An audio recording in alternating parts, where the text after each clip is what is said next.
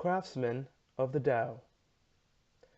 In my opening essay in the series, A Craftsman's Philosophy, I controversially contested the Enlightenment classification Homo sapien, the wise man, and proposed an ancient point of view, Homo faber, or man as maker, as being more representative of human beings. In truth, in my zeal to make a point, I was being a tad insincere, attempting to persuade you, the reader, of a conviction I do not myself hold. For example, it could be argued that our ability to cultivate, to nurture life and growth, is equally characteristic of human beings, and just as critical to the rise and continuance of civilization. By promoting one classification over another, do we not in many respects diminish the totality of who we are?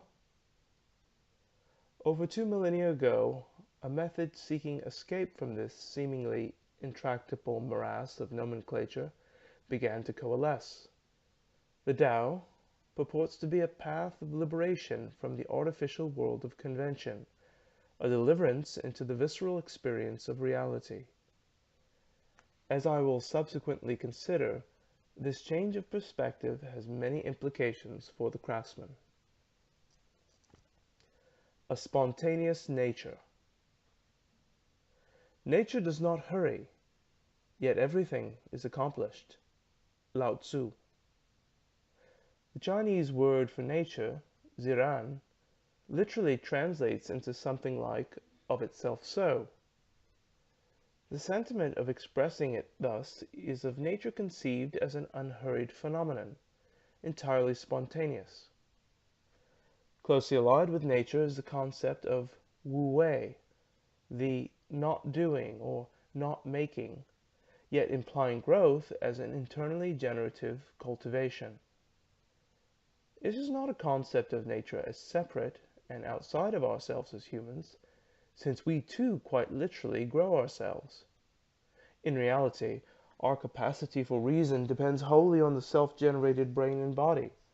Our relatively limited capacity for conscious thought is but a staked tent resting upon the mountain of our unconscious, or perhaps better stated, superconscious mind, a highly complex system that grows and maintains the myriads of working functions and sense perceptions that we too easily take for granted.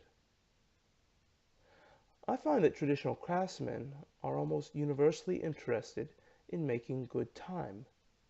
However, the emphasis shifts from time, that is to say, efficiency, towards the good, or quality of both the experience and of the work itself.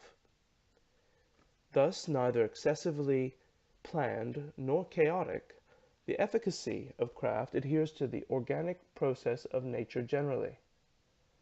For the craftsman, the dynamism of the crafted object is in fact an extension of their own, its life existing vicariously in the moment of generation.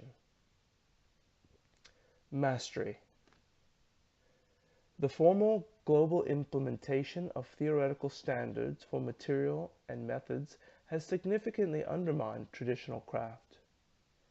Even in the presence of a tremendous inventory of safe, durable, beautiful handcrafted architectural heritage, the prevailing practice is that if a construction material or method cannot be classified, labeled, numbered, or otherwise be made to strictly adhere to scientific convention, then it is deemed uncontrollable, potentially dangerous, and bureaucratically illegal.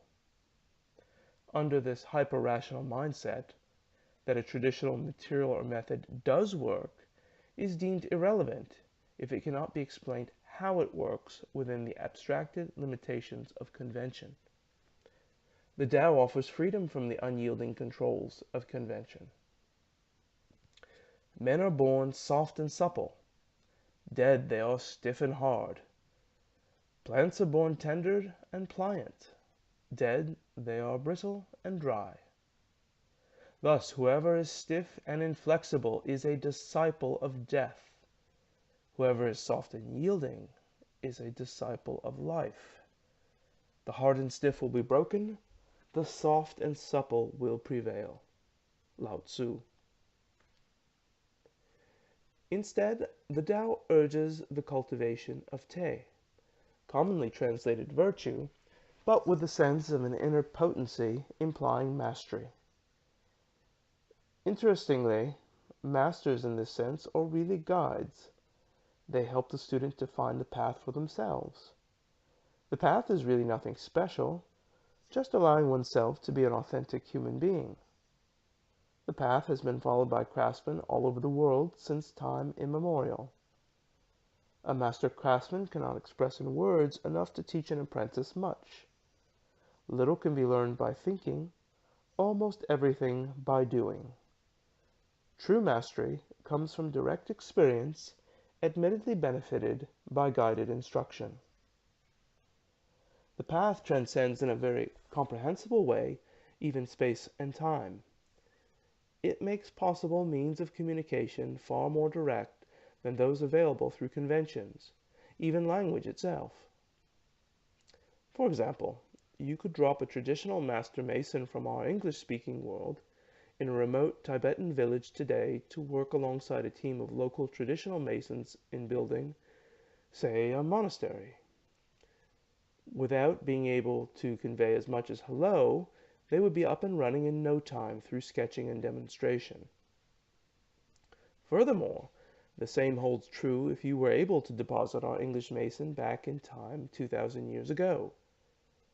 As dear as we hold language, it and other conventions tend to ensnare us within their limitations, preventing us from the full richness of human experience.